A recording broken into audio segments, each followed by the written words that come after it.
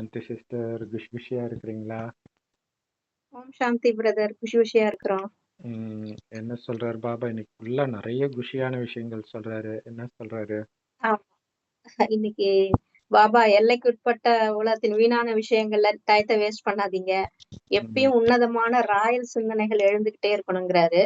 அப்புறம் எந்த குழந்தைகளால ஒவ்வொரு உத்தரவையும் அமலுக்கு எடுத்துட்டு வர முடியும், அவரோட டைரக்ஷன் படி வர முடியும்னு கேக்குறாரு. அவங்களுக்கு உள்முகமாக யார் இருக்காங்களோ, தங்களது வெளிப்பகட்டை காண்பித்துக் கொள்ளாம இருக்காங்களோ, அவங்களுக்குதான் ஒவ்வொரு டைரக்ஷனையும் வெளிக்கொண்டு வர முடியும். உள்ளுக்குள் மிகுந்த பரிசுத்த தன்மை இருக்க வேண்டும். அப்ப ஆத்மா மிகவும் நல்லதாக இருக்க வேண்டும்.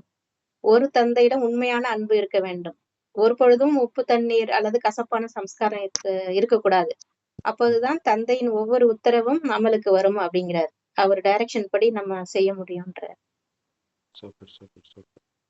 குறிப்பா உள்ளுக்குள்ள அந்த போதையிலேயே இருக்கணும்ன்றார். உள்ளுக்குள்ள போதை இருக்கணும், வெளி உலகத்து போதை இருக்கக்கூடாது.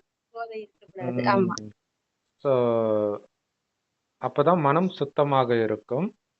அந்த குறிப்பா இது வரதானமே இதுதான் வருது. அந்த எல்லையற்ற உள்ளுணர்வை மட்டும் எப்பயும் எமர்ஜி பண்ணிக்கிட்டே நீங்க எந்த சேவை வேணாலும் பண்ணுங்க, தானாகவே உலகத்துக்கு தூய்மைப்படுத்தக்கூடிய அந்த அதிர்வலைகள் போகும்.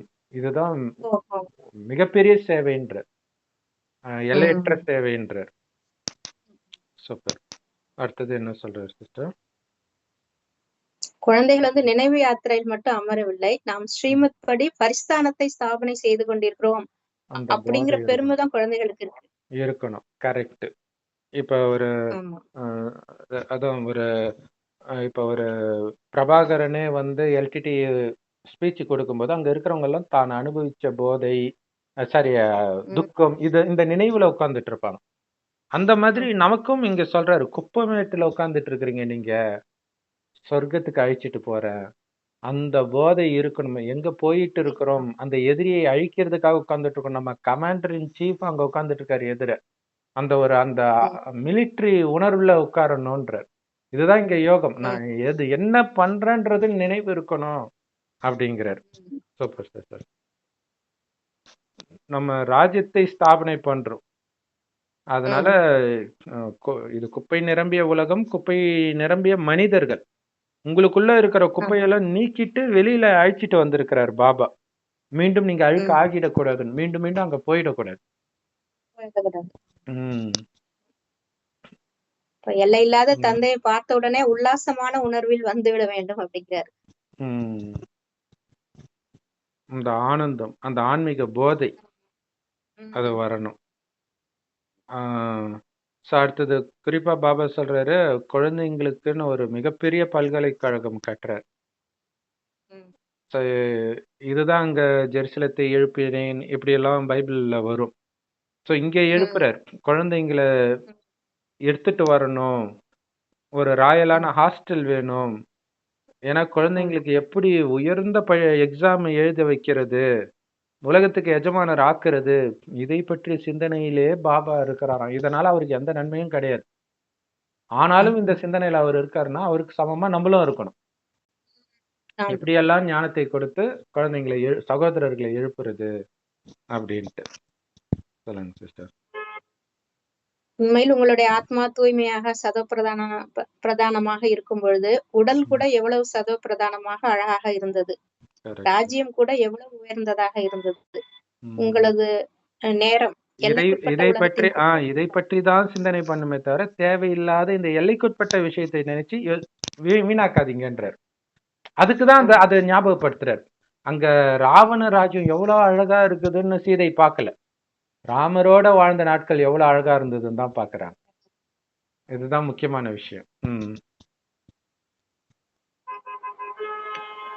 எந்த அழுக்கான எண்ணமும் உங்களுக்கு வரக்கூடாது.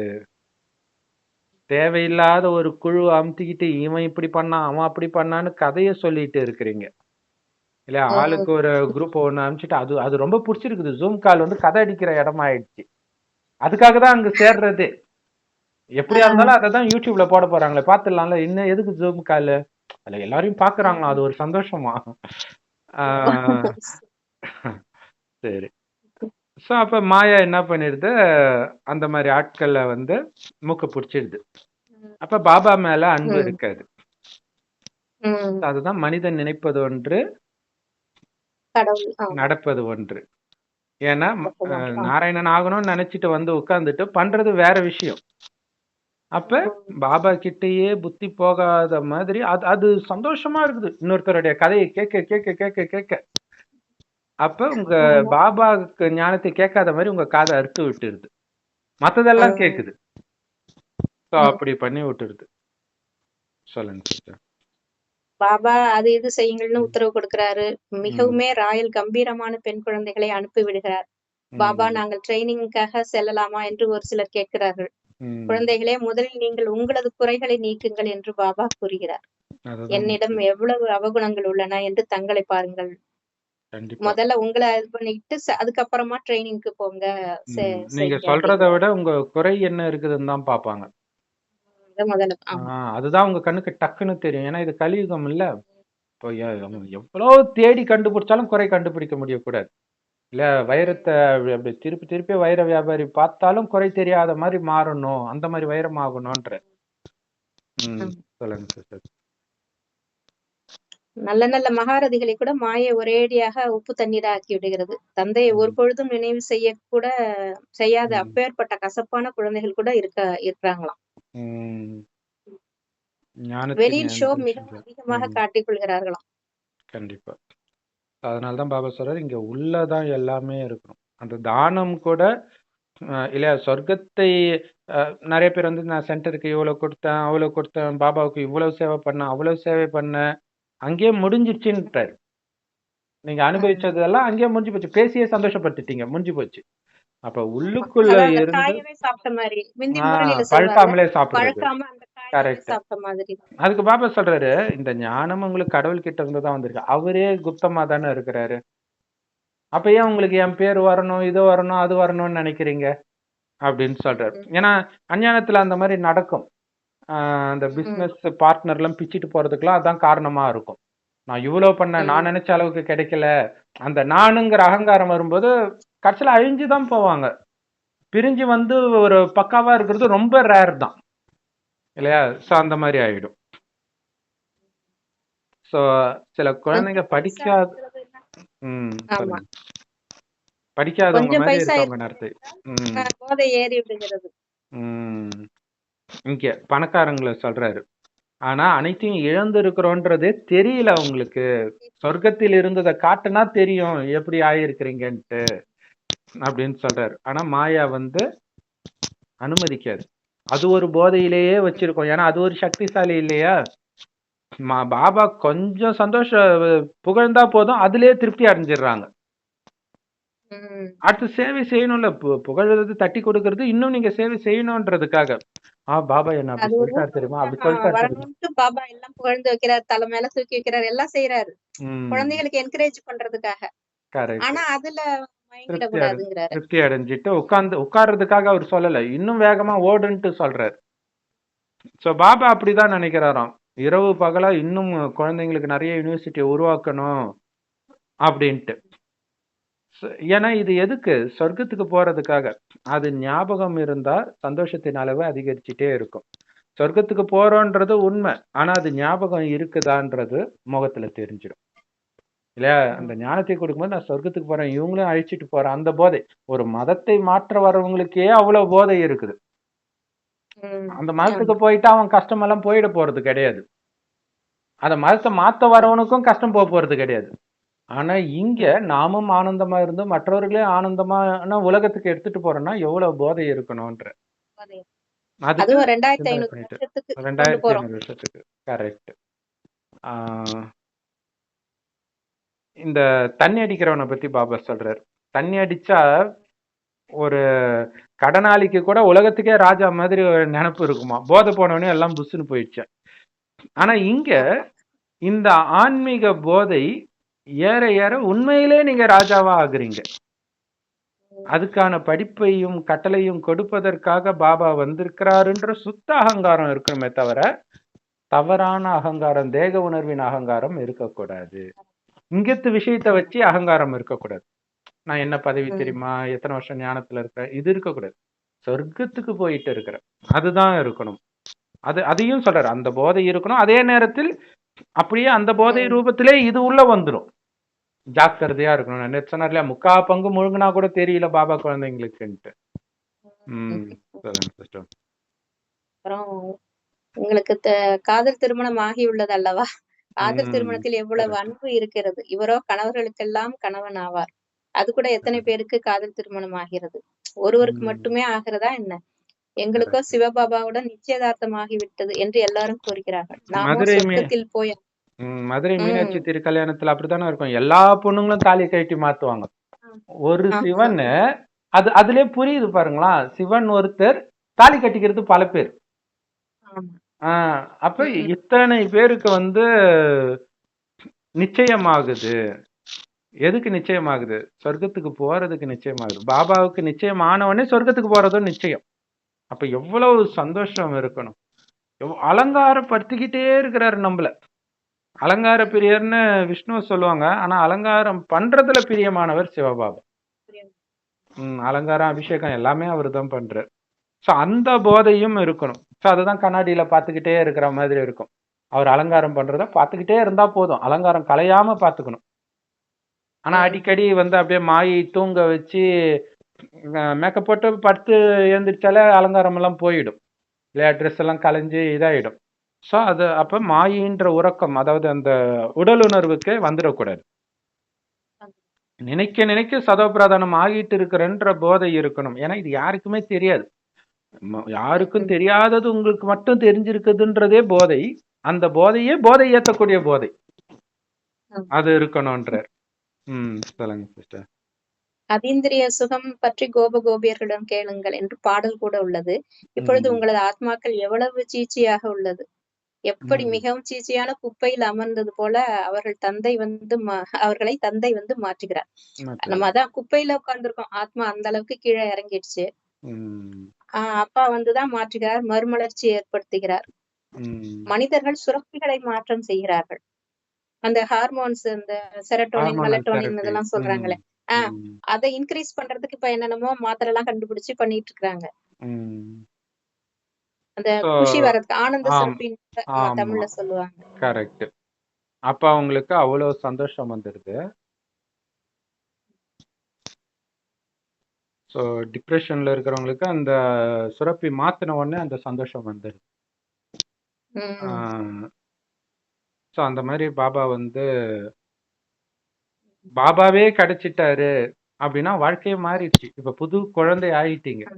இப்பதான் ஆரம்பிக்கிறீங்களே இந்த கல்பத்தை. இப்ப எவ்வளவு சந்தோஷம் இருக்கணும். ஆனால்தான் குழந்தை பருவத்தை மறந்துடாதீங்க. இப்பதான் பிறந்திருக்கிறீங்க இல்லையா, ராஜ்யம் அங்க போய் கொடுப்பாரு, பட் இங்க வளர்க்கிறாரு. அதுதான் கார்த்திகை பெண்கள் வளர்க்குறாங்கன்னு சொல்றது. அதுக்கப்புறம் பெருசாய் தான் தெய்வானை கல்யாணம் பண்ணிக்கிறாரு. அது வரைக்கும் ஒரு காட்டுக்குள்ளதான் அவர் வளர்றாரு முருகன். அந்த மாதிரி நம்மள வளர்க்கிறாரு. அப்பாவை கண்டுபிடிச்சிட்டாலே உங்க படகு கடந்துருச்சுன்னு நினைச்சுக்கோங்கன்ற இல்லையா, கன்ஃபார்ம் சொர்க்கத்துக்கு போயிடும். அதுக்கப்புறம் அங்க இருந்து எவ்வளவு தூரம் போறோன்றத நம்ம முயற்சி மேல போயிடுறோமா அப்படிங்கிற ரேங்க். சோ அதுக்கு டக்குன்னு உங்களை மாத்திக்கோங்க. அதுலதான் இருக்குது. எப்பவுமே இந்த ஒரு கவலை தான் இருக்கணும். நான் என்னுடைய குணத்தை மாத்திக்கணும், எப்பவுமே சந்தோஷமா இருக்கணும், இரவு பகலா இந்த ஒரு கவலையை தவிர எதுவும் இருக்கக்கூடாது. அப்ப என்ன பண்ணும், கவலைப்படக்கூடிய விஷயத்தை எல்லாம் மறக்கணும்ன்றதான் உங்க கவலையா இருக்கும் இல்லையா. ஸோ இரவு பகலாக இந்த சிந்தனையிலே இருங்க. பாபாவை அடையாளம் கண்டுட்டு புரிஞ்ச உடனே பறக்க ஆரம்பிச்சிடுவாங்கன்ற அந்த சந்தோஷம். அப்பதான் அந்த ஆனந்தம் வரும்பொழுதுதான் இந்த பறக்க ஆரம்பிக்கும். அதுதான் அங்க ஆஞ்சநேயர் பறக்கிறது காட்டுறாங்க. அது வரைக்கும் அப்ப என்ன பண்ணுவாங்கன்னா சேவை செய்யாம இருக்க முடியாது. ஏன்னா ஒரு மிகப்பெரிய விஷயம் தெரிஞ்சிச்சுன்னா சொல்லாம இருக்க முடியாதுல்ல. மனிதர்கள் அக்கம் பக்கத்துக்கு அதையே சொல்லாம இருக்க முடியல. அப்படி இருக்கும்போது எப்படி அவங்களால பாபா ஞானத்தை சொல்லாம இருக்க முடியுது? அப்ப அவங்களுக்கு புரியல. புரிஞ்சா சொல்லாம இருக்க முடியாது, பறக்க ஆரம்பிச்சிருவாங்க சேவையில அப்படின்னு சொல்றாரு. சோ பின்னாடி குப்பமேடு, எதிர சொர்க்கம், ரெண்டுத்துக்கு நடுவுல சங்கம் யுகத்துல இருக்கிறோம். மலை உச்சத்துல இருந்து ரெண்டு பக்கத்தையும் பார்த்துட்டு இருக்கிறோம். சோ இது எல்லையற்ற விஷயம் இல்லையா. கலியுகம் ஃபுல்லா குப்பமேடு. அதுல இருந்து வெளியில வந்தாச்சு. இந்த குப்பையில இருந்து விடுபடுறதுக்கான ஈஸியான வழி சொல்றார். ம். குழந்தை, அதுல அந்த உலகத்துல இருந்து நீ வெளியில வந்துட்டு திரும்பி போய் அழுக்காகிடாத. எவ்வளவு முக்கியமா சொல்றாரு பாரு. திரும்பி போய் அழுக்காகிடாத. சோ அத அங்க இருந்து வந்தாலும் உன்னுடைய ஆத்மா உடம்பு ரெண்டும் அழுக்கா தான் இருக்குது. அதை நீ இப்ப ம். தூய்மைப்படுத்திக்கணும் ஞானத்தை வைத்து. ஆம். ம். சோ அதுலயும் யார் முழுசா அந்த உலகத்துல இருந்து வெளில வந்துட்டாங்களோ அவங்கதான் ஞானின்ற. புத்தியிலையும் ம். கொஞ்சம் கூட அது இல்லாட்டினாதான் அவங்க ஞானி. சோ இப்ப ம். ஞானம் படிச்சுட்டு ஆமா. இருக்கிறோம், இன்னும் ஞானி ஆகல. அது ம். சொல்றாரு. ஞானத்தின் உச்சநிலை உள்ளது அல்லவா? அப்ப வந்துட்டீங்க. பாருங்களேன், அழுக்கு இன்னும் அழுக்கு உச்சத்துக்கு அழுக்கை கொடுக்கிற உலகத்துல இருந்து வெளியில வந்தாச்சு. ம். இப்ப நம்மள சொர்க்கத்துக்கு அழைச்சிட்டு போறதுக்கு அப்பாவும் வந்தாச்சு. இதுக்கு மேல உங்களுக்கு என்ன வேணும்? இந்த போதை இருந்தாதான் உங்களால மத்தவங்களுக்கு புரிய வைக்க முடியும்ன்ற. புரிய வைக்கவே முடியும். இல்லையா? ம். அப்ப ராமரை காட்டுக்கு துரத்துனாங்க, பாண்டவர்களை காட்டுக்கு துரத்துனாங்கன்னு சொல்றோம். அவங்க துரத்தல, இவங்க வெளியில வந்துட்டாங்க. அது குப்பை ம். இல்லையா? உள்ள எல்லாருக்கும் விஷம் இருந்துச்சுன்னு தெரிஞ்சு இவங்க வெளில வந்துடுறாங்க. ஆமா. இப்ப வழிகாட்ட கடவுள் கிடைச்சிட்டாரு. இதுக்கு மேல உங்களுக்கு என்ன வேணும்? துக்கத்துல இருந்தும் தப்பிச்சிட்டீங்க. சூப்பர்ல, அந்த உலகத்தை விட்டு நீங்க வெளில வந்துட்டாலே தப்பிச்சிட்டீங்க துக்கத்துல வெளியில இருந்து. வந்து இப்ப சொர்க்கத்துக்கு ஆமா. போறதுக்கு வழிகாட்ட கடவுள் வந்துட்டார். அவர் கையை பிடிச்சிட்டு நடந்து போக வேண்டியதுதான். செம பாயிண்ட் இது. ம். சொல்லுங்க சிஸ்டர். ஆத்மா தூய்மையாக விடும்போது சரீரம் கூட முதல் தரமாக கிடைக்கிறது. இப்பொழுது உங்களுடைய ஆத்மா எங்க அமர்ந்துள்ளது? இந்த குடிசையில் அமர்ந்துள்ளது. இந்த உடம்பையே நம்ம சரீரத்தை தான் சொல்றேன். குடிசை கரெக்ட். தம பிரதானமான உலகமாகும் அல்லவா? குப்பைகளின் ஓரத்தில் வந்து அமர்ந்துள்ளீர்கள் அல்லவா? நாம் எங்கிருந்து வெளியேறி உள்ளோம் என்பதை சிந்தித்து பாருங்கள். ஆனாலும் சுத்தமா வெளியேறல, பக்கத்திலேயே இருக்கிறோம். அப்படி திரும்பினா குப்பை இல்ல, அப்படி இருக்குது. பட் அங்க திரும்பாம புத்திய சொர்க்கத்தை நோக்கியே வைங்க. முஸ்லிம்கள் வந்து மெக்காவை நோக்கி தொழுகை பண்ணும்போது மட்டும், ஆனா நம்ம எப்பவுமே அங்கதான் இருக்கணும், சொர்க்கத்தை நோக்கி தான் உங்களுடைய கவனம் இருக்கணும்ன்ற. சோ சாக்கடையில இருந்து நம்மள எடுக்கிறார். இப்ப தூய்மை ஆகணும். அப்ப யோசிச்சு பாருங்க, நீங்க தூய்மை ஆயிட்டீங்கன்னா அங்க முதல் தரமான மாளிகை கிடைக்கும். இது பாத்தீங்கன்னா, இந்த தீபாவளி அப்ப குழந்தையா இருக்கும்போது காலையிலேயே எழுந்திரிச்சு எண்ணெய் தேய்ச்சி குளியும் போது அந்த குளிர்ல ஏந்திரிக்க கட்டுப்பா இருக்கும். ஆனா புது ட்ரெஸ், பட்டாசு, ஸ்வீட்டு எல்லாம் ஃப்ரெண்ட்ஸ் எல்லாம் வருவாங்கன்னும் போது கடற்கடன்னு ஏஞ்சி கழிப்பாங்க. அந்த மாதிரிதான் பாபா ஆசை காட்டுறாரு. முதல் தரமான மாளிகை வரப்போகுது, எழுந்திரி, குப்பையில இருந்து விலகு அப்படின்னு சொல்லிட்டு இருக்கிறார். அலங்காரம் பண்ணிக்கோ, சொர்க்கத்துக்கு போறதுக்கு நம்மள அலங்காரப்படுத்திட்டு இருக்கிறார். அதுதான் பெரிய விஷயம். சோ இதை படிக்கும்போது எனக்கு நேற்று சொன்ன அந்த எஸ்தர் கதைக்கு உண்மையான அர்த்தம் புரியுது. அந்த ராஜா வந்து ராணியை அலங்காரம் பண்ணிட்டு வர சொல்றாரு, வரமாட்டேன்னு சொல்றாரு. வரலன்னா வேற ஒருத்தரை அலங்காரம் பண்ணி வர வச்சுறாரு, முடிஞ்சு போச்சு. அதுதான் நடக்குது இங்க. அதுதான் அதோடைய கதைன்றது இப்பதான் புரியுது. இல்லாட்டினா அவருக்கா இல்ல, எத்தனை பேர் இருக்கிறாங்க. நீங்க வரலன்றதுக்காக சொர்க்கம் வராம போயிடாது இல்ல, ஐயர் வரலன்னா அமாவாசை நிக்காதுன்னு அந்த மாதிரி. சோ இந்த மாதிரி எண்ணம் உங்க மைண்டுக்குள்ள இருக்கணும். கடவுள் என்ன அலங்காரம் படுத்திட்டு இருக்காரு, இதோடைய நினைவுனால அங்க பூசாரிகள் அலங்காரம் பண்ணிட்டு இருக்காங்க தேவி சிலைக்கு. அப்ப அந்த அலங்காரத்தோடவே நான் இருக்கிறேன்ற அந்த போதை இருக்கணும். எவ்வளவு உயர்ந்தவர்களா மறைமுகமா நம்மள உருவாக்கிட்டு இருக்கிறதா அவங்க ஸ்கிரீன் போட்டுட்டு அலங்காரம் பண்ணிட்டு இருப்பாங்க. அப்புறம் திறந்து தீபாராதனை காட்டுவாங்க. அப்ப முழுசா தேவி ஆயிட்டோம். அப்பதான் வெளிப்படுறோம். கடைசி நேரத்துல வெளிப்படுத்துவாரு. அதான் ஸ்கிரீன் திறக்கவா அப்படின்னு கேக்குறாரு. ரெடி ஆயிட்டீங்களான்னு கேக்குறாரு. சூப்பர். சிவாலயத்துல இருக்கும்போது எவ்வளவு உயர்ந்தவர்களாக இருந்தீங்க, இப்ப அந்த மாதிரி ஆகுறதுக்கான முயற்சி அதிவேகத்துல பண்ணுங்கன்னு சொன்னா கூட இதை புரிஞ்சிட்டு முயற்சி பண்ற புத்தி கூட குழந்தைங்களுக்கு இல்லையேன்னு பாபாக்கு ஆச்சரியமா இருக்குதான். பாபா எப்படி சொல்றாரு பாருங்க, வந்துடுச்சு, விடிஞ்சிடுச்சு, வாங்க சொர்க்கம்ன்றான், ஏந்திரிக்காம நீங்க பாட்டுக்கு தூங்கிட்டு இருக்குன்னா எவ்வளவு பெரிய முட்டாளுன்ற. இல்ல, ஒரு முக்கியமான அப்பாயின்மெண்ட் வச்சுட்டு தூங்கினா எப்படி இருக்கும்? காலையில ட்ரெயின் 3 மணிக்கு புக் பண்ணியாச்சு, 1 மணிக்கு ஏந்திரானா ஏந்திரிக்காமலே இருந்தாங்கன்னா எவ்வளவு பெரிய முட்டாள். அந்த மாதிரி பாபாவுக்கு தோணுதான். சிவாலயம் மார்கழி மாசத்துல திருப்பாவை, திருப்பள்ளி எழுச்சி எழுப்பி விட்டுட்டே இருப்பாங்க. திருப்பள்ளி எழுச்சின்னு சொல்லிட்டு ஆண்டாள் பாசுரம் இதெல்லாம் படிக்கிறது, எழுந்துருங்க எழுந்துருங்க சொல்லிட்டே இருப்பாங்க. அதாவது மாதங்களில் நான் மார்கழி அப்படின்னு சொல்லிட்டார் இல்லையா கண்ணன், அந்த மாசத்துல எழுப்புறாங்களாம். ஓ! அந்த சூப்பர், மாசம் சூப்பர், சூப்பர். ஃபுல்லா திருப்பாவை, திருப்பள்ளி அடிச்சுன்னு காலையில திருவெம்பாவை, ம். திருப்பாவைன்னு பாடிட்டு இருப்பாங்க. ம். எழுந்திருங்க, எழுந்திருங்கன்னு ஆத்மாவ எழுப்புறது தான் அங்க அப்படி பாடலா தேவதைகள வரும். எழுப்புறாங்க. அ நமக்குள்ள இருக்கிற எல்லா தேவதைய பொண்ணுங்களும் தான் எழுப்புறாங்க. ஆ ம். தோழி எந்திரி தோழி, எழுந்திரு தோழின்னு ஒரு ஒரு வீடா கூட்டிட்டே போயிட்டே இருப்பாங்க அந்த லேடீஸ். ஓ! எந்திரிச்சு வா நிஜமாவே கண்ணன எழுப்புவாங்க. நம்மள எழுப்புவாங்களா? ஆமா. ஓஹோ! எழுந்திரு எழுதுன்னு பாட்டுல வரும். அந்த காலத்துல எழுப்பி எல்லாரும் எந்திரிப்பாங்க. காலங்காத்தால எழுந்துச்சு கோலம் போடுறது. அந்த ஓஹோ! மார்கழி மாசம் அப்படித்தானே பண்ணுவாங்க. ஆமாமா. விடிகாலையில எந்திரிச்சு கோலம் கோலம் போட்டு போட்டு, காலையில எழுந்து ஒரு பஜனை பாட போவாங்க கோயிலுக்கு. ஓஹோ! அப்ப அந்த பாட்டுல வரும். எழுந்திருங்க சரி, சரி. தோழிகளே, தோழிகளேன்னு எழுந்திருங்க, எழுந்திருன்னு. ஏன்டி இப்படி ம். தூங்கிட்டே இருக்கியே? முக்கியமான நேரம் நம்ம கண்ணன பார்க்க போ வேண்டாமா? இப்படி நீ ஆமாமா. தூங்குறியே? அப்படியே தான் எல்லா பாட்டும் வரும். சூப்பர், சூப்பர், வரிசையா சூப்பர். ஒரு ஒரு நாளும். ம். ஆமா. எழுந்து நம்ம ரெடியாகி கூட்டிட்டு போறது. கண்ணன பார்க்கறதுக்கு. அப்படின்னு சொல்லிட்டு ம். அந்த பாட்டுல எல்லாம் வந்துட்டே இருக்கும். நல்லா இருக்கும் அது கேட்கறதுக்கு. Super, super. மார்கழி மாசம் அந்த பஜனை. பைபிள்ல கூட பார்த்தீங்கன்னா, மணவாட்டிகளை அழைத்து போக மணவாளன் திருடன் போல் இரவில் வருவார். அந்த நேரம் தூங்கிட்டு இருக்கிறவங்கள விட்டுட்டு போயிடுவாரு. யார் முழிச்சிட்டு இருக்கிறாங்களோ அவங்கள அழைச்சிட்டு போயிடுவாருன்ட்டு இருக்குது. சூப்பர். ஸோ அப்ப இவ்வளோ இதை தான் இரவு விழித்திருந்து ஜெபம் செய்யுங்கள்னு இயேசு வேற சொல்லுவார். அவரு அழைச்சிட்டு போறதுக்கு முன்னாடி. ஆனா அது அந்த சிச்சுவேஷனோட பொருத்தி பார்த்துக்கிறாங்க. அவரு பயத்தினால சொல்றாரு. இங்க இரவு விழித்து ஜெபம் பண்ணுங்கன்றது இப்ப சொல்ற விஷயங்கள். இந்த ஆனந்தத்தில் இருக்கணும் அப்படிங்கிறது. ஆனா குழந்தைங்களுக்கு அது புரிய மாட்டேங்குதேன்னு பாபாவுக்கு ஆச்சரியமா இருக்குதாம். எவ்வளவு சீரியஸான விஷயம் சொல்லிட்டு இருக்கிறோம் புரிய மாட்டேங்குது அப்படிங்கிற. எப்படி அவருக்கு உள்ள ஆர்வமும் நமக்குள்ள ம். தூக்கமும் நினைச்சு பார்க்கணும். இல்லையா?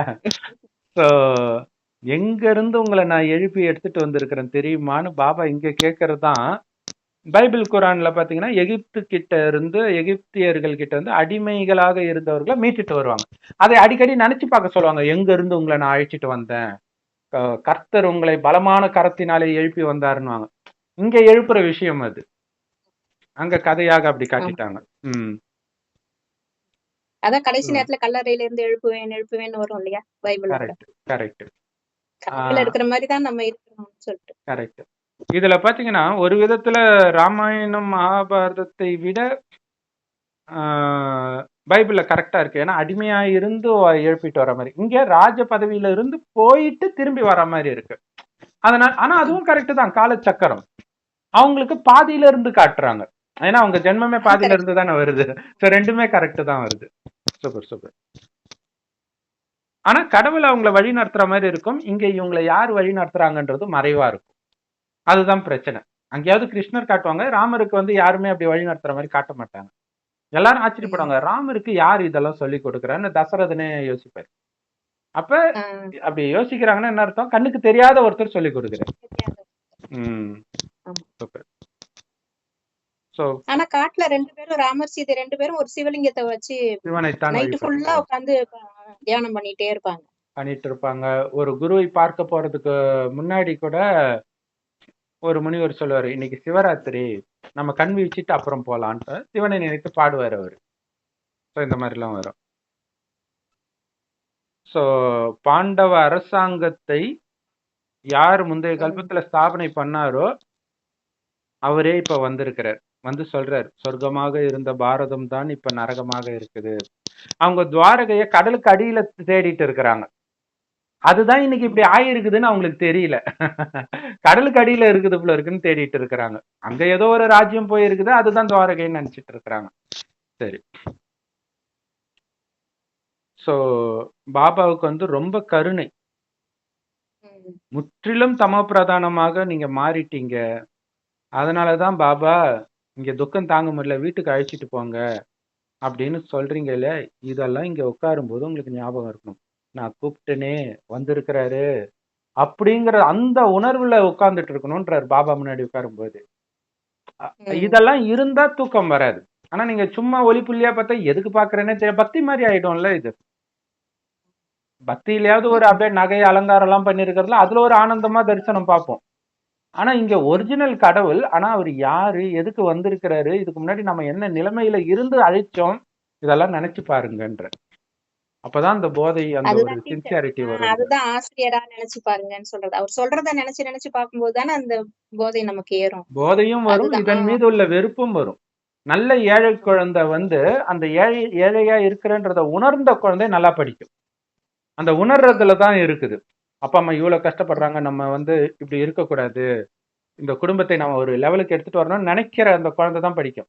அது மாதிரி என் சகோதரர்கள் எல்லாம் கஷ்டப்பட்டு இருக்காங்க, அத்தனை பேரும் காப்பாற்ற வேண்டிய பொறுப்பு சுமை மூத்தவனாகிய என் தலையில இருக்குதுன்னு நம்ம நினைக்கணும். நம்ம தானே மூதாதையர், அதுல கவனம் வைக்கணும். அடுத்தது குழந்தைகளுக்காக முதல் தரமான யூனிவர்சிட்டி அமையுங்கள் என்று பாபா சொல்கிறார். கல்பம் கல்பமாக அமைகிறது. உங்களது சிந்தனைகளை மிகவும் மேன்மையாக இருக்க வேண்டும். இப்பொழுது அந்த போதை ஏறவில்லை. ஒருவேளை அந்த போதை இருந்துச்சுன்னா எவ்வளவு அற்புதம் நடக்கும் தெரியுமான்றார். அந்த போதையோட நீங்க ஒருத்தரை பார்த்தீங்கன்னா காட்சி கிடைக்கும்ன்றார் இல்லையா? அந்த போதை இல்லைன்றாரு. இன்னும் உங்ககிட்ட இருந்தால் காட்சி கிடைக்கும். அடுத்தது, யூனிவர்சிட்டியோடைய அர்த்தம் தெரியல. யூனிவர்சிட்டிக்குள்ள யார் வேணாலும் போயிட முடியாது இல்லையா? அதுலயும் பெரிய நம்பர் 1 பல்கலைக்கழகம் ஸ்டான்ஃபோர்ட் யூனிவர்சிட்டி, அந்த மாதிரி யூனிவர்சிட்டிக்குன்னா அதுல படிக்கிறவங்களே ஒரு பந்தாவா இருப்பாங்க. அப்ப இருக்கிறதுல மிகப்பெரிய யூனிவர்சிட்டியில இருக்கிறன்னா நீங்க எவ்வளவு போதையில இருக்கணும்ன்ற. அதான் உங்களுக்கு அர்த்தம் தெரியல. இங்க சும்மா ஏதோ ஒரு சாதாரண ஒரு குட்டி ரூம்ல உட்காந்து படிக்கிறதுனால உங்களுக்கு புரியலன்ற. ஆனா இது எவ்வளவு பெரிய பல்கலைக்கழகம்னு உங்களுக்கு தெரியல இல்லையா? சோ அந்த ராயல்ட்டியோடைய போதை இருக்கணும். ஆனா மாயா மறக்க வைக்குது, தவறான போதை வந்துடுது. செக் பண்ணுங்க. தகுதி அடைஞ்சிட்டனா லக்ஷ்மிய கல்யாணம் பண்ணிக்க, அந்த அளவுக்கு என் படிப்பு இருக்குதா, உதவி சேவை பண்றேன்னா, சும்மா கட்டுக்கதையெல்லாம் பேசிட்டு இருக்கக்கூடாது. நீங்க எதை பேசுறீங்களோ அதை இங்க செஞ்சு காட்டணும். அதுதான் இங்க முக்கியமான விஷயம். என்ன வாயில வருதோ அது உங்களுடைய நடத்தையில தெரியணும்ன்ற. தப்பே கண்டுபிடிக்க முடியக்கூடாது லென்ஸ் வச்சு பார்த்தா கூட. அதை பார்க்கணும்னே வருவாங்க, கண்கொத்தி பாம்பு மாதிரின்னு சொல்லுவாங்க இல்லையா? அப்படி இருப்பாங்க. தப்பே எந்த பக்கமும் தெரியக்கூடாது, அப்படி இருந்து காட்டணும்ன்ற. ஸோ இன்னைக்கு சொல்றீங்க நான் இதை பண்ணுவேன் அதை பண்ணுவேன், நாளைக்கே இறந்துட்டா எல்லாம் முடிஞ்சு போச்சு.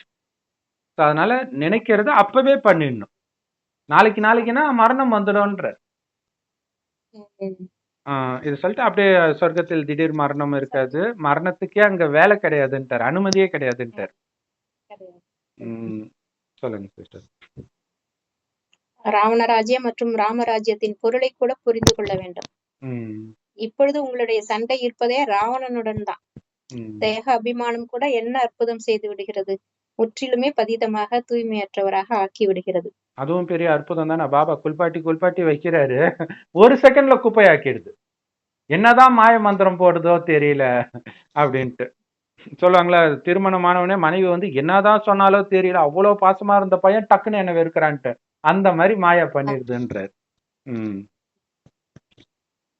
ஆத்ம உணர்வுடையரான தூய்மை ஆவீங்க. அப்ப யோசிச்சு பாருங்க, உங்களுடைய மாளிகைகள் எப்படியெல்லாம் இருக்கும். இதெல்லாம் நினைக்கிறது தான் சங்கமயுகம். ஜெயில ராவணன் சிறையில இருந்து சீதையுடைய வேலையே ராமரை நினைச்சுக்கிட்டு இருக்கிறது தான். அப்ப அங்கிருந்து கஷ்டப்பட்டு வந்திருக்கிறோம் தெரிந்தால்தான் அதை நினைக்க முடியும். அதைத்தான் இப்ப தெரிஞ்சுக்கோங்கன்ற. எப்படியெல்லாம் உங்களை ஏமாத்திடுச்சு மாயா, இனி ஏமாற மாட்டேன்னு எச்சரிக்கையா இருக்கணும் அப்படின்னு சொல்றேன். சொல்லுங்க சிஸ்டர்.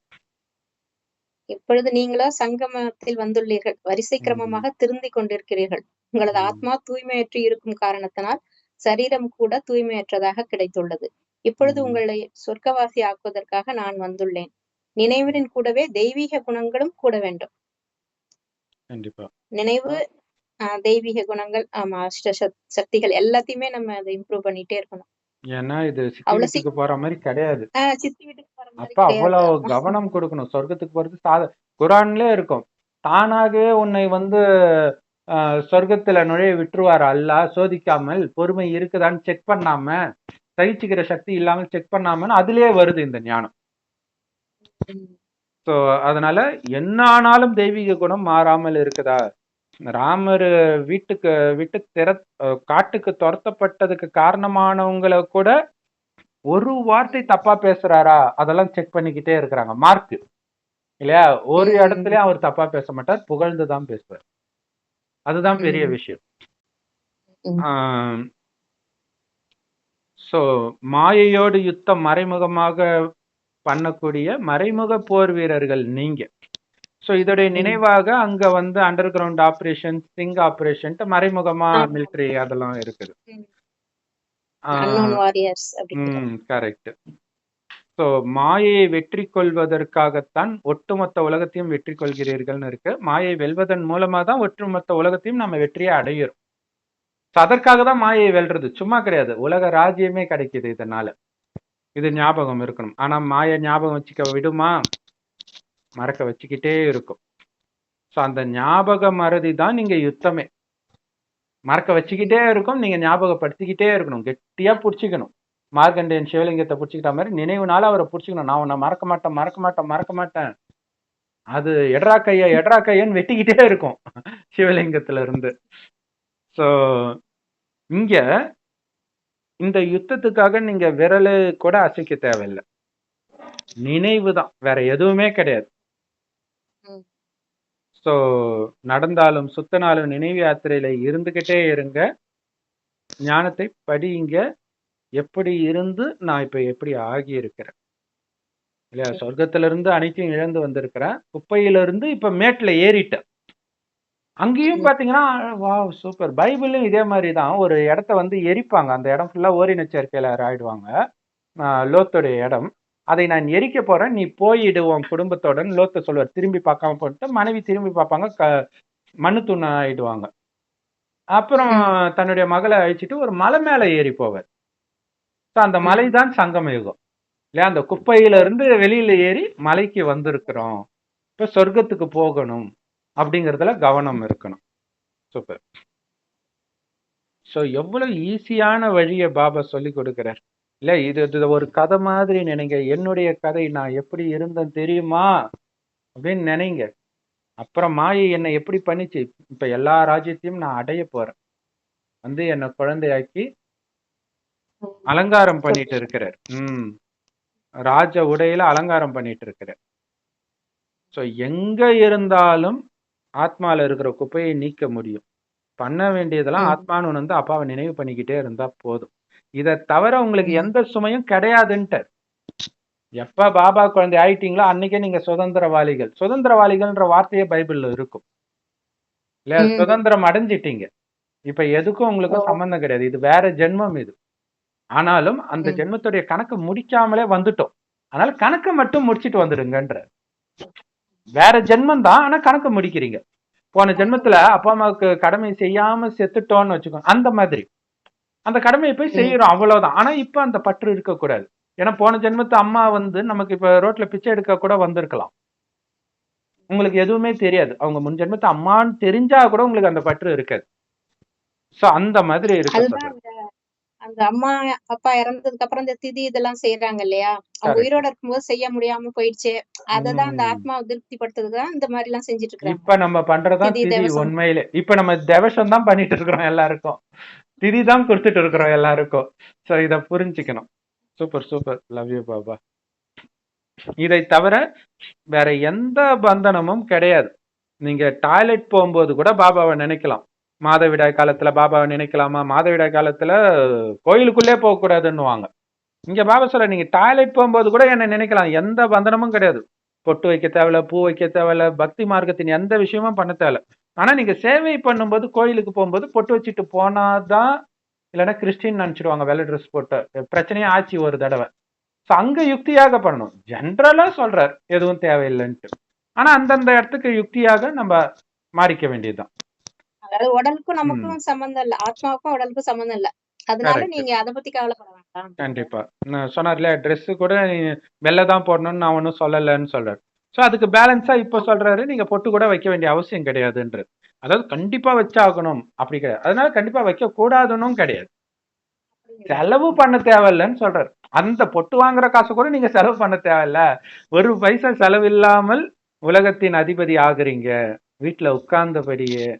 இதை விட ஈஸியான வழி என்ன இருக்குது? நாராயணன் ஆகிட்டு இருக்கிறேன். இது மட்டும் மைண்ட்ல இருந்தா போதும். அதுக்கு வழிகாட்ட 3 பேர் வந்துட்டாங்க. அப்பா, டீச்சர், சத்குரு. சோ முதல்ல அப்பாவை நினைப்பாங்க லௌகிகத்திலேயே. அதுக்கப்புறம் தான் ஸ்கூலுக்கு போய் டீச்சரு, வயசான அப்புறம் குரு. ஏன்னா வருமானத்துக்கு ஆதாரத்தை ஆசிரியர் சொல்லி கொடுக்கிற பாடம் தானே கொடுக்குது. அதனால ஆசிரியரை நினைக்கிறாங்க. அதே மாதிரி தான் இங்கேயும் சொர்க்கத்துக்கான வருமானத்துக்கான ஞானத்தை இங்க கொடுத்துட்டு இருக்கிறார். அடுத்தது கூடவே அழிச்சிட்டு போறாரு. வயோதிக காலம் அந்த பக்குவம் அடைந்த பிறகு ஒரு அடியிலும் தப்பு பண்ணாம அழிச்சிட்டு போறார். 21 ஜென்மத்துக்கு மொத்தமா சேர்த்து ஹோல்சேல் எழுதி கொடுத்துட்டார். என்ன சொல்லுவாங்க, பத்திரம் எழுதி கொடுத்துட்டார். இது வந்து வரதட்சணைன்றார். மறைமுகமா நான் உங்களுக்கு கொடுக்குற வரதட்சணை. 21 ஜென்மத்துக்கு தேவையான நம்ம எல்லாம் வீட்டோட மாப்பிள்ளை தான் அங்க சொர்க்கத்துல. எல்லாத்தையும் கொடுத்துறாரு. வீட்டோட மாப்பிள்ளை இல்ல வீட்டோட பொண்ணு அப்படி ஆக்குறாரு. சொல்லுங்க சிஸ்டர். இதுல என்ன அவர்தான் உருவாக்குறாரு. கொடுத்து அனுப்புறாரு. கரெக்ட். மகனாக வளர்த்து இன்னொருத்தருக்கு கொடுக்கும் போது அந்த பொண்ணு மருமகள் ஆயிடுறாரு. பெண்ணை வளர்த்து கொடுக்கும் போது அந்த பையன் மருமகனாவும் ஆயிடுறாங்க. சோ எல்லா உறவாகவும் ஆயிடுறாரு பாபா. Super super. சோ இதுல வந்து மறைமுகமான தானம் பண்ணுங்க. கடவுள் வந்து சொர்க்கத்தையே கொடுக்கிறாரு. அவருக்கு அகங்காரம் இல்ல. நீங்க என்ன கொடுத்துட்டீங்கன்னு உங்களுக்கு அகங்காரம். பாபா கிட்ட வாங்கினதை மற்றவர்களுக்கு கொடுக்குறீங்க, அவ்வளவுதான். இதுல என்ன அகங்காரம்? இது வந்து சாலமன் கோயில் கட்டும் போது சொல்லுவார், நாங்க எம்மாத்திரம் இதை கட்டுறதுக்கு. தாவிது சொல்லுவாருன்னு நினைக்கிறேன். அதுக்காக காசு கலெக்ட் பண்ணும்போது, உங்க கையால வாங்கினதை உங்ககிட்ட கொடுக்குறோம். இதுல அந்த கொடுக்கணும்ன்ற எண்ணம் கூட நீங்க தானே கொடுத்தீங்க அப்படின்னு அந்த ஒரு பணிவு இருக்கும். அது ரொம்ப முக்கியம்ன்றார். ஆனா மனிதர்களுக்கு எவ்வளவு அகங்காரம்னா, தான் எது செஞ்சாலும் உடனே போட்டோ எடுத்து போஸ்டர் அடிச்சு ஒட்டிடுவாங்க. விஜய் பர்த்டே அப்ப மோதிரம் போட்டாரு, எங்க பார்த்தாலும் போஸ்டர், ரசிகர் தான் போட்டிருப்பாங்க. அப்படி ஒரு ஆசை இங்க இருக்கிறவங்களுக்கு. ஆனா பாபா சொல்றாரு, இங்க மறைமுகமா இருக்கிறதுலதான் பவரே. எப்ப வெளிப்படுத்தினா நினைச்சுக்கிறீங்களா, முடிஞ்சு போச்சு கதைன்ற. தான் முக்கியமான விஷயம். கோயிலுக்கு ஏதாவது கொடுத்திருப்பாங்க, டியூப் லைட் அது வாங்கி கொடுத்தா உடனே உபயம் உபயதாரர் அப்படின்னு. தஞ்சாவூர்லயே அந்த மாதிரி எழுதி இருக்கிறதா சொல்லுவாங்க அந்த கோயில்ல. அது நமக்கு புரியல, பட் எழுதி இருக்கிறதாக சொல்றாங்க. அது மேபி ராஜா போட்டிருக்கலாம். ராஜா போட்டா பிரச்சனை இல்ல, இவங்களே எனக்கு போடுன்னு சொன்னாதான் பிரச்சனை. அவரு ஒரு கணக்கு வச்சுக்கிறதுக்காக எழுதுறாரு போல இருக்குது. சரி, இங்க நீங்க பிச்சைக்காரனா இருக்கிறீங்க, நாளைக்கு தங்க ஸ்பூனோட பிறக்க போறீங்க. சுத்தி எல்லாமே தங்கமா இருக்க போகுது. அது எவ்வளவு பெரிய போதை. அத மைண்ட்ல நினைச்சுக்கிட்டே இருங்க. ஆனா இங்க வந்து மாயா, அது பேர் என்ன, வவ்வால் மாதிரி தலைகீழ தொங்க விட்டுருச்சுன்ற. அதனால சந்தோஷமே இல்லாம போயிடுச்சு. அடுத்து சொர்க்கம் வரப்போகுதுன்னே தெரியல உங்களுக்கு. அதுக்குதான் தினம் தினம் சொல்றாரு, சொர்க்கம்டா சொர்க்கம் சொர்க்கம்ன்றாரு. காதுல கேக்குதா? அதுதான் நம்ம போய் அந்த கோயில்ல ஒரு சாமிக்கு கை தட்டி, சண்டிகேஸ்வரர் அப்படி வந்துருச்சு. கரெக்ட். சண்டித்தனம் பண்றவங்க தான் அந்த சண்டிகேஸ்வரர்னு சொல்லுவாங்க. இப்ப வந்து சரியா பண்ணாம இருக்காங்கல்ல, அவங்களதான் எழுப்புறது கை தட்டி. சொர்க்கத்தின் போதை இல்ல. சொல்லுங்க சிஸ்டர். இத பிரம்மா சொல்றாரா சிவபாபா சொல்றாரான்னு உங்களுக்கு டவுட் தேவை கிடையாது. அவர் சொல்றது தப்பாவே இருந்தாலும் நான் அதை சரி பண்ணக்கூடிய சக்தி இருக்குது. நீங்க கண்ணை மூடிட்டு சிவபாபா சொல்றதாகவே புரிஞ்சுக்கோங்க அப்படின்னு பாபா சொல்றாரு. ஏன்னா பக்கத்துல இருக்கிறது சிவபாபா. அவரு சிவபாபாவே உள்ள இருந்தாலும் பிரம்ம பாபா முயற்சி பண்ணாதான் சதோபிரதானம் ஆக முடியும். எப்படி எல்லாம் முயற்சி பண்ணலாம்?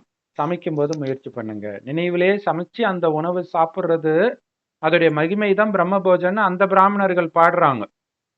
ஆனா அவங்களுக்கு தெரியாது எந்த பிரம்ம போஜனம்னு. அது தெரியாது, மகிமை மட்டும் பாடுறாங்க. ஆனா நமக்கு தான் தெரியுது. இந்த மகிமை பாடுறவங்க எல்லாம் தர்ம சிந்தனை கொண்டவர்கள். சொர்க்கத்துல தர்ம சிந்தனைக்கான வேலை கிடையாது, ஏன்னா அங்க பக்தியே கிடையாது. மனிதர்கள் வந்து இந்த பக்தி, ஞானம், வைராக்கியம் மூணுத்த சொல்றாங்க. அற்புதமான வார்த்தைகள் சொல்ற. பகல்ல ஞானம், இரவில் பக்தி, அந்த இரவிலிருந்து வைராக்கியம் வர்றதுதான் சங்கமயுகம் அப்படின்னு பாபா சொல்ற. சோ இப்ப அலையிறத விட்டாச்சு, கோயில் கோலம் அலையிறத விட்டாச்சு. ஏன்னா கிடைச்சிட்டார், கடவுள் கிடைச்சிட்டார். கல் சிலை நமக்கு இனிமேல்ட்டு தேவை கிடையாது. ஸோ கிடைச்ச பிறகு நாம போதையா பண்றது முஸ்லிம்களுக்கு அங்க ஞானம் வெளிப்பட்டு அவங்க என்ன பண்ணிட்டாங்க, கோயிலெல்லாம் உடைக்க ஆரம்பிச்சுட்டாங்க. என்னன்னே தெரியாம. இங்கதான் உண்மையிலே கிடைக்கிறாரு, அது அவங்களுக்கு தெரியல. இந்த ஞானம் போய் அவங்களுக்கு வெளிப்பட்டுச்சு, அதான் கொடுமை. சரி, ஃபுல்லா வெளிப்பட்டு இருந்தா பிரச்சனை இல்ல, அரைகுறையா வெளிப்பட்டதுதான் பிரச்சனை இப்ப எல்லா மதத்திலயும். சரி, எல்லா இடத்துலயுமே அரகரதான். ராமாயணம் மகாபாரதத்துல இருந்து ஆரம்பிச்சு எல்லாத்துலயும் பைபிள் குரான் வரைக்கும். கரெக்ட். சோ பாபா சொல்றாரு, நான் உங்களை எஜமானர் ஆக்கிட்டு இருக்கிறேன்ற ஞாபகம் இருக்கட்டும், உங்களுடைய எல்லையற்ற தந்தைன்ற ஞாபகம் இருக்கட்டும். ஸோ அப்பாவையும் மரத்தையும் ஞாபகம் வச்சுக்கிட்டே இருங்க. ஸோ என்னெல்லாம் நினைக்கணும்னா இதுதான், நான் என்னவா என்னை ஆக்கிட்டு இருக்கிறாருன்றத நினைச்சுக்கிட்டே அந்த ஒளிப்புள்ளிய நினைக்கணும். உடம்பே இல்லாம பாபா நீ என்னை எப்படி ஆக்கி இருக்கிற, எவ்வளவு உடம்பு அகங்காரத்துல இருந்த என்ன உடைச்சு சுக்கு நூறாக்கி ஒரு புள்ளி ஆக்கிட்டிய பாபா, இப்படி நினைக்கணும் நாம அவரை. ஆனா பக்தியில எதுவுமே தெரியாம தேங்காய் உடைச்சிட்டு வந்துடுறாங்க, அதையும் பொறுக்கிட்டு வந்துடுறாங்க, உடைச்சதையும் எடுத்துட்டு வந்துடுறாங்க. சொல்லுங்க சிஸ்டர். அதான் இப்பொழுது கலியுகத்தின் முடிவாகும், பிறகு சத்தியுகம் வரப்போகிறது. இப்பொழுது நீங்கள் சங்கமிகத்தில் மலர் போல ஆகிறீர்கள். ஆத்மா சதோப்பிரதானமாக ஆகிவிடும். பிறகு வசிப்பதற்கு கூட சதோப்பிரதானமான மாளிகை கிடைக்கும். உலகமே புதியதாக ஆகிவிடுகிறது. எனவே குழந்தைகளுக்கு எவ்வளவு குஷி இருக்க வேண்டும். கண்டிப்பா நல்லது அப்படின்னு மலராகி மலர் தோட்டத்துக்கு போயிட்டு இருக்கிற அங்க மாளிகை அப்படி இருக்கும், சதோபிரதானமா இருக்கும் அப்படிங்கறத யோசிக்கணும். இன்னைக்கு தாஜ்மஹாலை பாக்குறதுக்கே அப்படி போறாங்கன்னா சொர்க்கம் எப்படி இருக்கும், அந்த போதை இருக்கணும்ன்ற. வரதானம் சிஸ்டர். நிமித்தமாக எந்த ஒரு சேவையையும் செய்து கொண்டு எல்லையற்ற உள்ளுணர்வு மூலம் வைப்ரேஷன்களை பரப்பக்கூடிய எல்லையற்ற சேவாதாரி ஆகுக. இதுக்கு சூப்பரான உதாரணம் சிவபாபா. சிவபாபா சொல்லுவாரு, மதுபன்ல பாபா மீட்டு வரும்பொழுது எல்லாரும் நல்லா இருக்கிறீங்களா எல்லாம் கேட்டுட்டு, நான் உங்க எல்லாரையும் பாக்குறேன், இங்க இருக்கிறவங்களை மட்டும் இல்ல உலகத்துல எல்லா மூலையிலயும் இருக்கிறவங்கள. அதான் எல்லையற்ற உள்ளுணர்வுன்றது, எல்லையற்ற பார்வை. எல்லாரும் என் முன்னாடி இருக்கிறாங்க இல்லையா. இங்க முரளி சொல்ற சேவை நடந்துட்டு இருக்கு, ஆனா அதே நேரத்துல உள்ளுணர்வு உலகத்துல உள்ள எல்லா குழந்தை மேல, பக்தர்கள் மேலயும் இருக்குது. அதுதான் எல்லையற்ற உள்ளுணர்வு. அப்ப நம்ம இங்க ஞானத்தை சொன்னாலும் எது சொன்னாலும் நம்ம பக்தர்களையும் ஞாபகம் வச்சுக்கணும், மற்ற ஆத்மாக்கள் தடுமாறிட்டு இருக்கிறவங்களும் ஞாபகம் வச்சுக்கணும். இவங்க எல்லாம் அப்படியே தூய்மை ஆகணும், ஸ்ட்ராங் ஆகணும். இதே சிந்தனையோட நீங்க எந்த சேவை வேணாலும் செய்யுங்க. அதுதான் எல்லையற்ற சேவாதாரின்ற. இது முடியும்ன்ற, எந்த சேவை பண்ணாலும் இது முடியும்ன்ற இந்த உள்ளுணர்வு. ஸோ இதுக்குதான் உதாரணம் வந்து அந்த குணா படத்துல கமல் வந்து அபிராமி அபிராமின்னு அலைஞ்சிட்டு இருப்பாரு ஹீரோயின் பின்னாடியே. ஸோ அப்ப திருப்பதியில லட்டு கொடுப்பாங்க, அப்ப பார்த்த விழி பார்த்திருக்கன்னு ஒரு பாட்டு வரப்படும். அப்ப அந்த லவ்வ ஒரு தெய்வீகமா அந்த போதையில இருப்பாரு, அந்த உள்ளுணர்வுல. அந்த மாதிரி ஒரு போதையில நாம இப்ப இருக்கணும். சொர்க்கத்துக்கு போயிட்டு இருக்கிறோம், எல்லாம் அது தெரியாம இருக்கிறாங்க, அந்த ஒரு கருணையும் ஒரு பக்கம் இருக்கணும், அதே நேரத்துல நான் போயிட்டு இருக்கிறேன்ற போதையும் இருக்கணும், முடிந்த அளவுக்கு அவங்களை எழுப்பி அழைச்சிட்டு போறன்றதும் இருக்கணும். நீங்க சொன்ன மாதிரி அந்த மார்கழி மாதத்துல இருக்கிற மாதிரி எழுப்பிட்டு இருக்கிறோம் இப்ப. ஸோ அந்த மார்கழி மாதத்துல எவ்வளவு போதையா போவாங்க கோயிலுக்கு, அந்த மாதிரி சொர்க்கத்துக்கு போயிட்டு இருக்கிறன்ற அந்த போதை இருக்கணும்ன்ற. சூப்பர். இதுல எந்த அளவுக்கு நீங்க பிஸியா இருக்கிறீங்களோ அந்த அளவுக்கு உள்ளுணர்வு, சாரி, இந்த எல்லையற்ற உள்ளுணர்வுல எந்த அளவுக்கு பிஸியா இருக்கிறீங்களோ அந்த அளவுக்கு நீங்க செய்யற சேவை கூட ஈஸியா இருக்கும்ன்ற. பாட்டு கேட்டுட்டு வண்டி ஓட்டுற மாதிரி, இல்லாட்டினா அது பயங்கர போரா இதா இருக்கும். ஸோ அவங்க ஏதோ ஒரு போதையை தேடிட்டு போறாங்க. இந்த எல்லையற்ற உள்ளுணர்வுல இருக்கும்போது அந்த போதையில வேலை செய்யறதெல்லாம் ஈஸியா இருக்கும்ன்ற. அதனால இந்த போதையில கவனம் கொடுங்க, சேவையில 2வது கவனம் தான். ஏன்னா சேவை செஞ்சுட்டு இருக்கும்போதே உயிர் பிரியும் இல்ல, ஆனா சேவை செய்யும் போது பிரியிற உயிரெல்லாம் பாபா நினைவுல தான் போச்சான்னு தெரியாது. ஏன்னா அவன் அந்த உள்ளுணர்வுல இல்லாம கூட இருப்பான் இல்லையா. அதுதான் சூப்பர். Slogan sister. சிவத்தந்தையுடன் இணைந்து இருக்கக்கூடிய சிவசக்திகளின் அலங்காரம் ஞானத்தின் அஸ்திர சஸ்திரங்களாகும். கரெக்ட். இந்த ஞான ஆயுதங்கள், இந்த ஞான ஆயுதங்கள் தான் அங்க ஸ்தூல ஆயுதமா காட்டியிருக்காங்க. அந்த ஸ்தூல ஆயுதம் இல்லைன்னா துர்கை அழகாவா இருப்பாங்க, கம்முன்னு நின்றுட்டு இருந்தா அழகாவா இருப்பாங்க, பாரத மாதா நினைச்சுக்குவாங்க, துர்கை மாதிரி தெரிய மாட்டாங்க. அப்ப நம்முடைய அலங்காரமே இந்த ஞான ஆயுதம் தான்றார். ஆனா அது எப்ப வரும்? பாபா நினைவிலேயே இருக்கும்போது, அவரோட இணைந்து இருக்கும் பொழுதுன்றார். இதுதான் உங்களுடைய அலங்காரங்கள் அப்படிங்கிறார். ஞானம், அந்த ஞானத்தின் ஆயுதங்கள் அது எமர்ஜ் ஆகிட்டே இருக்கணும். நான் நான் வந்து ஒரு ஒரு தூமாதேவின்ட்டு ஒரு பார்வதி அவதாரம் இருக்கும். வெள்ளை ட்ரெஸ் போட்டிருப்பாங்க நம்மள மாதிரி, விதவை ஆயிடுவாங்க. சிவன் இறந்த மாதிரி ஒரு கதை வரும். ஸோ அந்த மாதிரி பாபா கடைசியில வித்து போனப்போ அந்த துக்கம் இருக்கும் எல்லாருக்கும். விட்டுட்டு போயிடுறாங்கல்ல, தெரிஞ்சிடும் எல்லாருக்கும். உலக அழிவு வந்துச்சு, எல்லாரும் கிளம்பிட்டாங்க, நம்ம மட்டும் மாட்டிக்கிட்டு இருக்கோம். உடல் இல்லாம வேற சுத்துவாங்க. அப்ப அவங்க அப்படி துடிப்பாங்க. அந்த தண்டனை அனுபவிச்சு வருவாங்க அவங்க. ஸோ இப்பவே ஆயுதத்தோட இருந்தால், அந்த ஆனந்தத்தோட இருந்தால் தப்பிச்சிடுவோம், இல்லைன்னா மாட்டிக்குவோம். ஸோ அதனால இப்பவே அனைத்தையும் இழந்துட்டேன் இந்த உலகத்துல இருந்து அப்படின்ற நினைவுல இருந்தா தப்பிச்சிட்டோம். உலகத்தின் போதையில மாட்டிக்கிட்டீங்கன்னா பாபா போதை இருக்காது, பாபா கூட போக முடியாது. ஸோ செம பவர்ஃபுல் முரளி இன்னைக்கு. Om Shanti sister. Om Shanti. Thank you thanks for thank you brother.